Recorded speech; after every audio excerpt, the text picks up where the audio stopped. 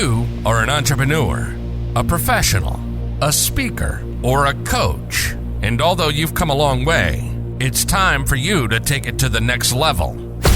We've got you. This is the Author to Authority podcast. We'll help you use authority and influencer marketing to build your business stronger and faster by publishing a book. You'll hear from guests that are thought leaders in sales, marketing, networking, communication, social media, promotion, and business leadership. Let's do it. This is the Author to Authority podcast. And now your host, the extraordinary word ninja, Kim Thompson-Pinder. Welcome to the Author to Authority podcast. Today is one of my most favorite days that I get to do with my clients. And I am I say excited, but I'm so hyper excited today because I have Mike Garrison here and we are launching his book today, Can I Borrow Your Car? So Mike, welcome to the show. Yeah, I'm excited. What a long journey it's been up until I met you. And we're going to talk about that, aren't we? So that's an interesting title you have. Can I Borrow Your Car? So as we begin today, and listeners, if you're listening to this, November 1st, 2nd, 3rd, in around that spot, well, actually anytime, but if you're listening in that spot, highly encourage you to go to Amazon, type in, Can I Borrow Your Car, Mike? Because sometimes you type in the title, it doesn't show up. But if you put Mike afterwards, the book will show up. And I highly recommend you take a look at it and consider purchasing it today to help Mike out. Now, so Mike, tell us a little bit about what this book is about. So this book is about my lifelong professional quest to help financial advisors and other business people take the world's best way to grow your business, which everyone knows is referrals, and make it more than hope. Make it practical and make it predictable. The reality is, when you take what we know is required for a business person to pay for marketing, if we take that same mindset and we apply it to word of mouth, we not only get better results than with traditional marketing, we also get a better life. I would totally agree with that. Most of my business, not all, but a fair amount of my business comes from two sources, referrals and networking. Referrals and networking probably accounts for about 80% of my business. Absolutely. When you think about it, the vast majority of business is tied in some way to word of mouth. Mm-hmm. And it's because of reputation. It's because of, are people recommended you or not? Does that mean it's perfect for everyone? No. No, but I think everyone, even e-commerce, you can use referrals for your e-commerce business. I think that model, though, would be more of a marketing strength, in terms of getting the word out there. But there is power in the word of mouth. You're over at your best friend's house and, they're raving about this whatever. You're at least going to check that thing out. Even for SaaS, software as a service, even for companies like that are doing a high volume of transactions, referrals are important. And I've consulted with some of those companies in the past, but mainly giving them insight into the rules that apply to any relationship development process, which is something that I specialize in. There's no doubt about it. So go into more detail about who would specifically benefit from this book. So specifically, if you are in financial services, you're selling serious life insurance, you're a financial planner, you're a financial advisor, whether you're with big boys like Morgan Stanley and Merrill Lynch, or you're an independent registered investment advisor, RIA. This is a book that you should strongly consider. And the reason is because I specialize in your industry and I've worked and helped people in it for the vast majority of my entire career. So you're going to recognize terms, you're going to understand it, you're going to feel comfortable. But secondly, a really good case could be made that there is no better business to go all in on referral marketing than a financial planner, financial advisor. That doesn't mean it's not helpful for other professionals, but the amount of revenue that's generated by referral and the unique metrics that apply it to financial services, I haven't found anywhere else. Close, but not the same. Now, would you say any entrepreneurs who are in the service industries, would they benefit from your book? First of all, like I started my referral journey as a copier salesperson. So if you're in business to business sales and you interact with human beings as a part of your sales process, this book would be, I think, relatively straightforward for you and valuable, because that's where I started in outside sales, was B2B equipment sales, and that's where I'll always be. That's why Larry Levine is such a good friend. We share a chapter in the past. But specifically, if you're a realtor, tremendous book. If you're a mortgage banker, if you're a commercial insurance, if you're in a business where the average value of referral, and if you don't know what the meeting is worth, I'm not talking the sale, but the referral meeting. If you don't know what the meeting's worth, you should buy the book. But if your average meeting is worth at least $2,000 to $3,000, you should do it. And that's why, like my average client that I in my personal coaching business, their average referral meeting is worth $35,000. The meeting, not the business, the meeting. So most people, when they look at referrals, they look at it as kind of like Chicken Little marketing. An opportunity fell out of the sky, landed on their head, and here we are. And they don't understand that referral marketing is just like traditional marketing, that there's a sales funnel, and you have to go from who the heck are you to why in the world should I listen to you? Why in the world should I believe you? Why should I meet with you? Now that I'm meeting with you, should I buy? Like you have to follow these natural processes of all marketing, of all sales. And the problem is when you don't understand the value of the meeting, you have commission breath because you're just there for a sale. And the number one problem with referral marketing, just like all marketing, is you don't have enough at the top of the funnel. And I'm here to tell you this, like if you're listening to this podcast and you're thinking, why should I buy this book? I want you to hear me now. There is no other way of marketing that can, with little time and effort, get you a meeting with someone who doesn't want to buy right now, but is an ideal prospect. By referral, I can get meetings for myself. I get meetings for my referral partners with ideal prospects that would never interact with them. And that's the power of referrals. Like nobody wants to talk to a financial advisor until they're mad or something went wrong. However, they're always willing to talk with their friend Kim, who's a great person, who owns a successful small business. And I think that's something that people miss out on because, like you said, they're looking for that quick sale, that quick process. And, in my industry, in the publishing industry, in the financial and real estate, all of those types, especially a lot of the service-based industries, like you said, business to business, it takes time. You've got to nurture them, like you said, through that funnel. And if you don't have enough people at the top of the funnel, guess what? You have no one coming through the bottom of the funnel. And those referrals are the great way to get those introductions that you need. The referral doesn't guarantee a sale. I think, we think of referrals as that warm introduction, that hot introduction. We say that, but the number one problem with referrals is your clients think of referrals as sales meetings for you. They think of it as a deal, which means that they don't refer you as much as they should because they are trying to find a customer, not an introduction. And the vast majority of people that say that referrals are about warm introductions are still operating like a referral is a deal.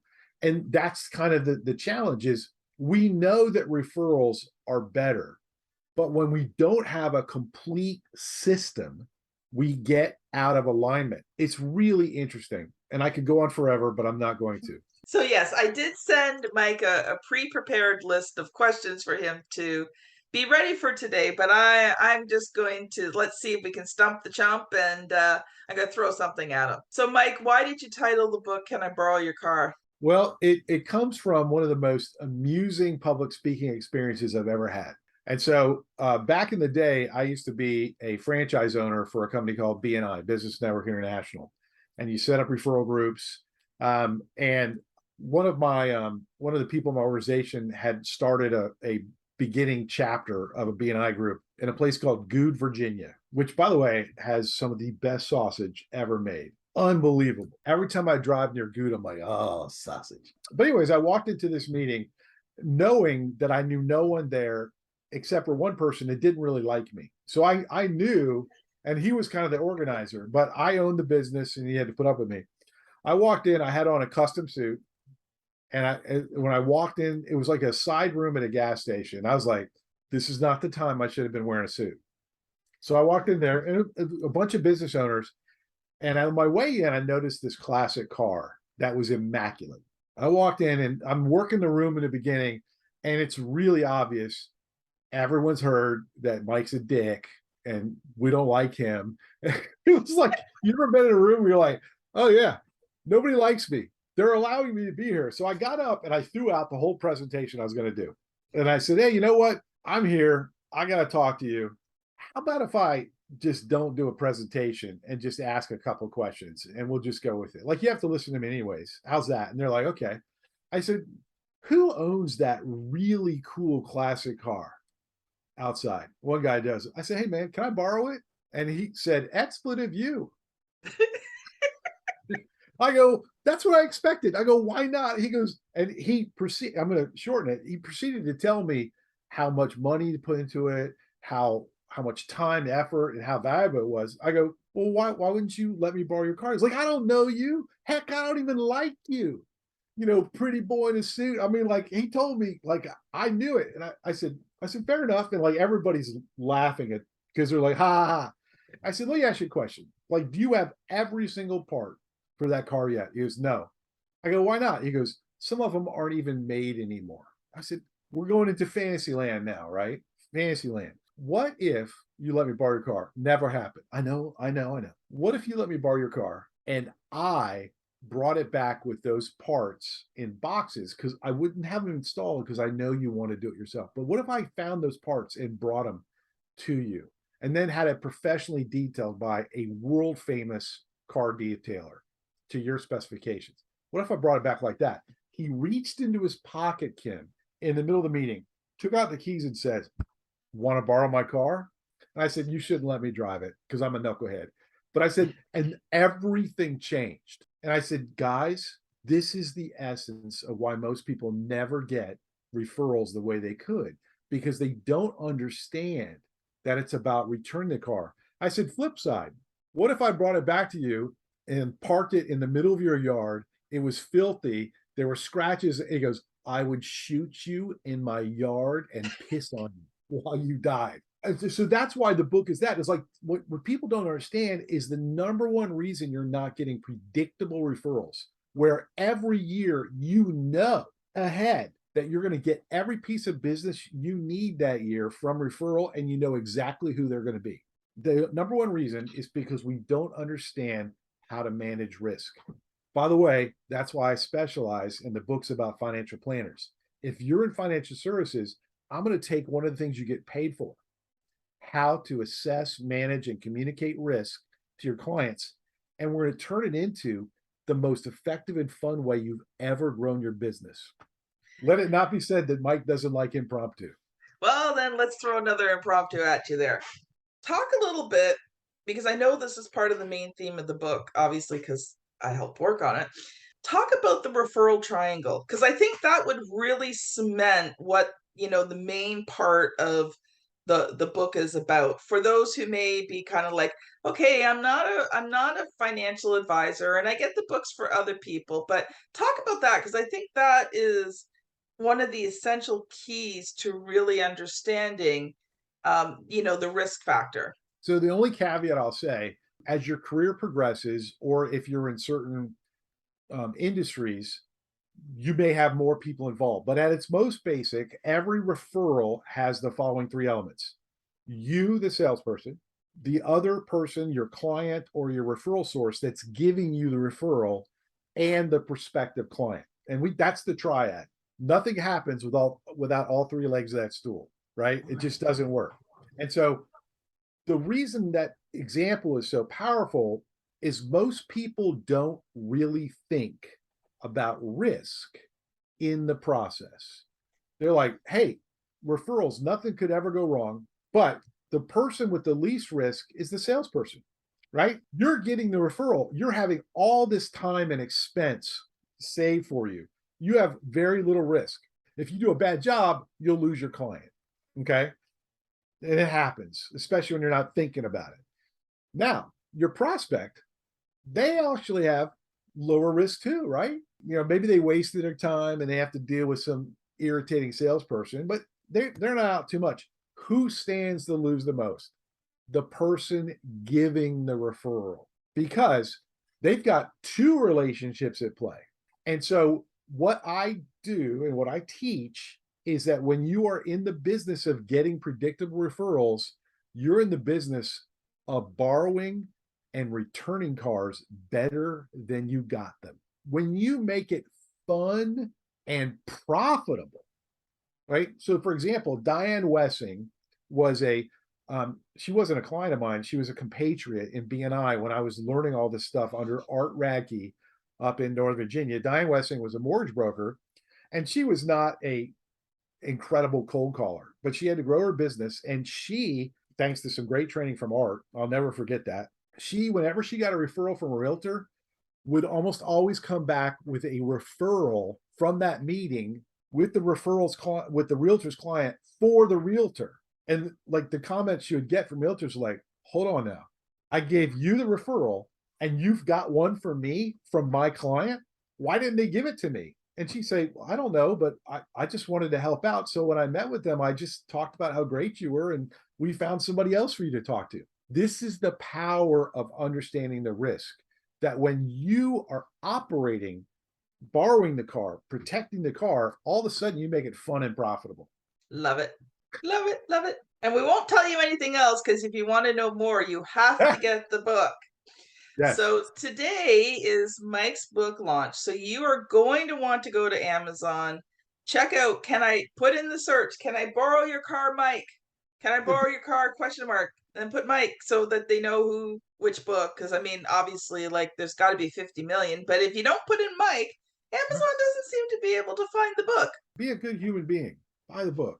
So not only am I asking you a favor as an author to authority listener, but I would not be recommending this book unless I truly knew that it was going to help you in your business. And yes, it's geared to financial advisors, but me as a publisher working with Mike on this book, I have learned so much in my processes and my systems and how do I get referrals. So, I have benefited from this book just from being Mike's publisher and doing all these wonderful interviews with him and getting to ask him all the questions that I want to ask. All right. So this is, again, another question, and then we'll get back to the questions I actually planned on asking you. But so this is a question. The listeners all know this question. I've asked every guest that's been on the show that's written a book. So might as well ask you as well. What was the good, the bad, and ugly about publishing your book? Before or after I met you? Yeah, it could be both. Okay. So before I met you, it was like I knew what I wanted to write about. I knew the story. I had stuff on my computer. I had been talking to people I knew for over a decade about writing this book, and I was just overwhelmed. It was just too much. Every time that I would go to some, free ebook about publishing your own book, and I'd look at it, I just couldn't do it. Like I had the material, I knew it was good, but I just couldn't get started. So before, it was just an awful wasteland of lies where I told myself I was going to do something. I knew it would benefit. I didn't do it. After I was referred to you by Larry Levine, go Larry, love you, brother. So honored he wrote the foreword to the book. So honored. Anyways, after I was referred to you from Larry, number one, it was a referral. So I was much more comfortable. Like I knew you'd helped him with his book. I've enjoyed his book. I've recommended his book. So we were able to actually have a real conversation, and you were able to do what was really good, which is give me the confidence that you would be my guide through the entire process. And there's been adversity in both of our lives personally. We've both been through some tough stuff, hurricane, deaths in families, sicknesses, stuff like that. But because of your system, it's like project management, right? And I'm not dumbing it down, but everything's organized. And when I saw how you guys have thought about every single step of it, I was able to relax and I was able to, I have enjoyed writing the book. I have enjoyed this entire process.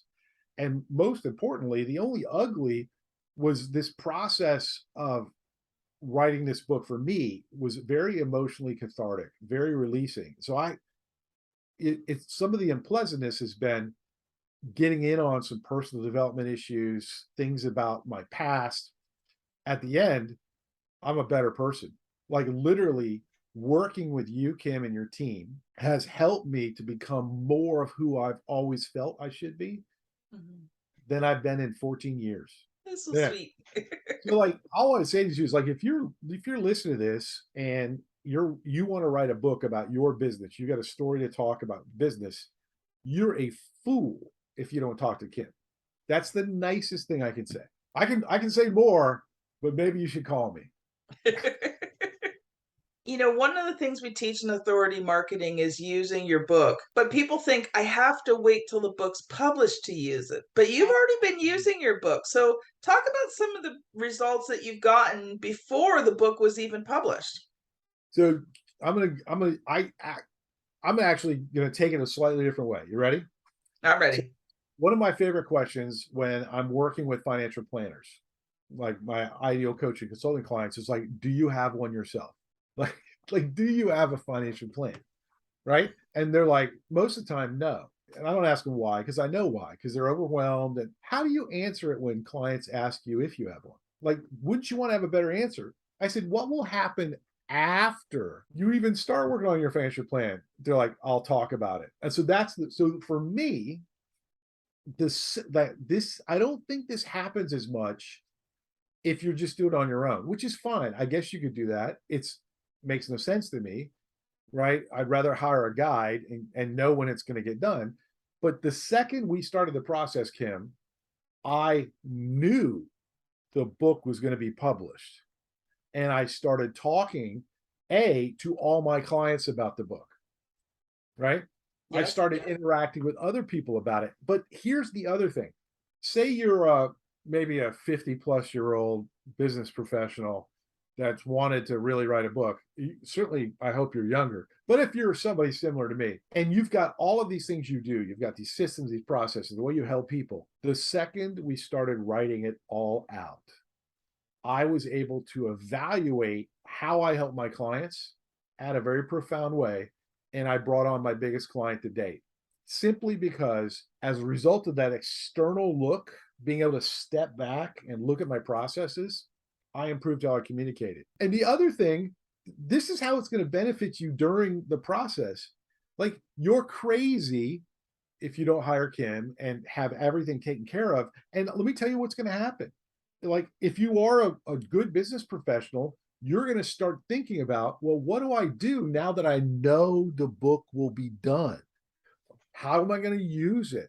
How am I going to leverage it? Who am I going to, like, you're going to move from hope to strategy, just like with referrals after you read, Can I Borrow Your Car?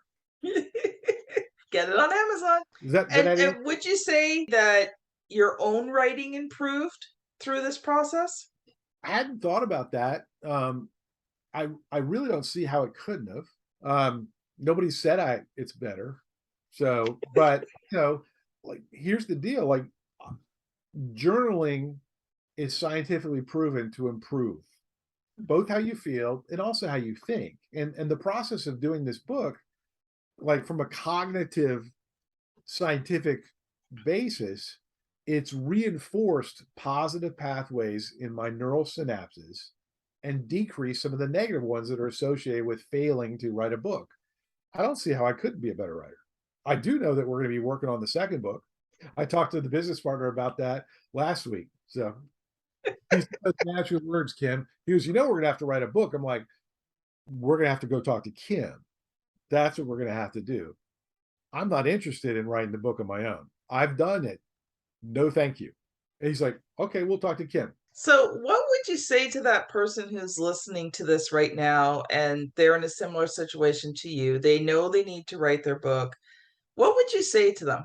At the risk of giving away the farm on future stuff I'm going to be doing, I updated my little LinkedIn blurb to guides make life better. And so if you're writing a book to help other people, why would you not work with a guide to help you write the book? And I just want you to think about that. You're going to pay Kim not very much money. Like, I think it's well priced, but when you really think about what could happen if you listen to a tenth of what she talks about on this podcast and in her book, like the money's not the object. So the reality is this: what would I do if I was in that position? If you live in Nova Scotia, I would go have coffee with her, right? Because like that, I've never met you in person. When I do, big hug. I know your back's bad, so I'm going to be restrained. I promise. I'm a hugger, and it's going to be intense, but you'll be all right. But I would encourage you to call her, look her up on LinkedIn and talk to her, because here's the problem.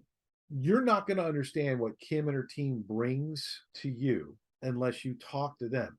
I promise you that you will enjoy speaking to Kim, that it will be a safe place, that'll be respectful. She is a professional, and if she thinks that you've got a real book that could be beneficial, she is going to ask you to do business, because after all, like, she makes money when you make money. And so that like, just make the call. And then the other thing is this, and this is like, it's not buyer's remorse when you work with somebody like Kim, but you're going to be attacked. You're going to be attacked mentally and spiritually by other people and other things that tell you you're not worth it.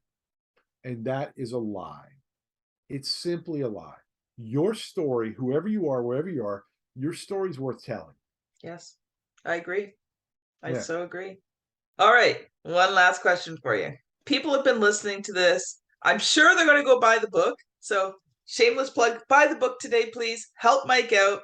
Even if it's a couple of days later, buy the book. Help Mike out if you really enjoyed this podcast. But if people want to get more training from you, beyond the book, because the book is amazing, but there's always something too about talking to the person and accessing their other trainings. How can people connect with you? So you can go to www.caniborrowyourcar.com, which is the website for the book. On there, you can sign up for a newsletter. I do a weekly referral-based Can I Borrow Your Car newsletter. Currently, that newsletter is on LinkedIn. I think I've got over 100 articles on LinkedIn on referrals and stuff. So you can check it out there. But I would sign up for the newsletter. And if you want to talk to me, send me an email through the website or direct message me on LinkedIn.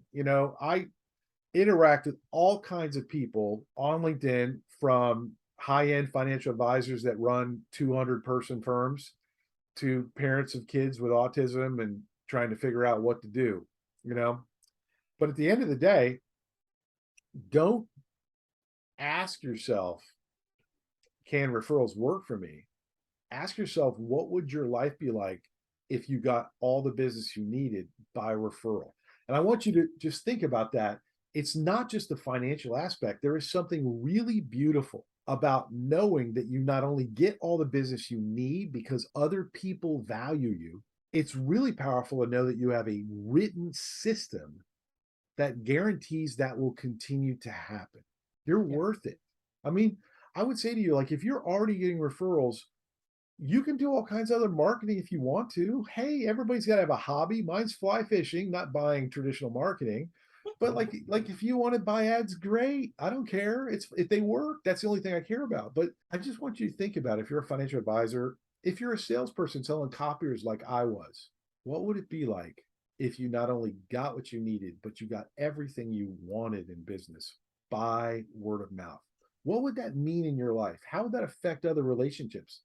How would that impact your family, your community, this world? A question I always ask, this is a little weird plug. You ready, Kim? I'm ready. I always ask people when they say they want to be 100% by referral, I said, do you buy that way? Do you buy by referral? And it's a question that's harder than it used to be. I'm old because of Amazon and other places like that. But like, how often do you, when you have an option, do you go buy from a human being, from someone who's local? And I will ask, like, say you buy from Amazon, financial advisors, have you ever gotten a referral from Amazon? And the answer is you never will. Like, buy your meat from the local butcher shop.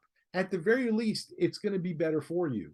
But every relationship that you can create through purchasing things that you already want is an opportunity to find the right person to get lots of referrals. Yeah. Since we had started these conversations, I've actually made it a focus. Well, I actually was doing it before it, but I've made it a focus to shop more local whenever possible. I've lived in somewhat rural communities, so there are times that I can't get what I need. So, it's the staples, it's the Amazon, it's those things. But wherever possible, I do prefer to buy local. And I will, and I go into the stores and I talk to the people, right? And you get to know the owners and they get to know you. And because you never know where that referral is going to come from. Okay. Yeah. With your system, the referrals are going to come, but there are times when you're just, being out, being local, being friendly, supporting local business. Curious. So surprise referrals are always going to happen, but they shouldn't be the foundation for your future. My system is, let's be predictable with what you need, because I can show you how to do it, so that when the surprises come in, it's like, oh, wait, there's another piece of pie? You shouldn't. There's the icing on the cake. Yeah, right. It's extra thick. Why is the world's best known marketing secret? Why is the greatest way to grow your business the most accidental? It's not the way we were designed. Look at Luke 10. It's not the way we were designed. Wow, Mike, this has been amazing. And I am so proud of you, and congratulations on the launch of your book. And so one more shameless plug before we go. Go buy the book. Can I borrow your car? Mike Garrison, Garrison. And I guarantee you that, first of all, it's going to be priced very low today. So it will not be costly to you. But the value that you'll get from this book, you're going to be chewing. This book is like a good piece of meat. You're going to read it and you're going to chew on that thing, and you're going to think about it, and you're going to be inspired to do things differently, and you're going to be surprised by the results you get.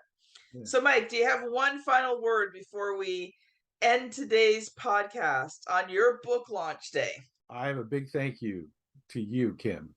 This past year has been one of the best years of my life. Thanks to you.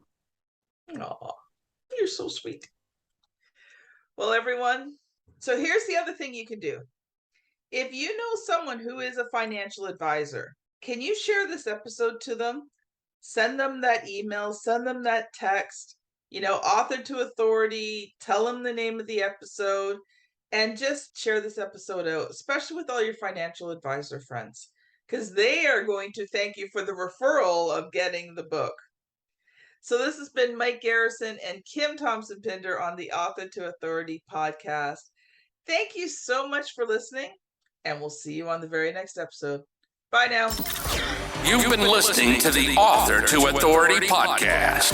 The extraordinary word ninja, Kim Thompson-Pinder, has helped over 200 entrepreneurs, professionals, speakers, and coaches write and publish their books that have become incredible marketing tools for their business. And many of those have gone on to become Amazon best-selling authors and have used their books to land high-level clients and get on big stages.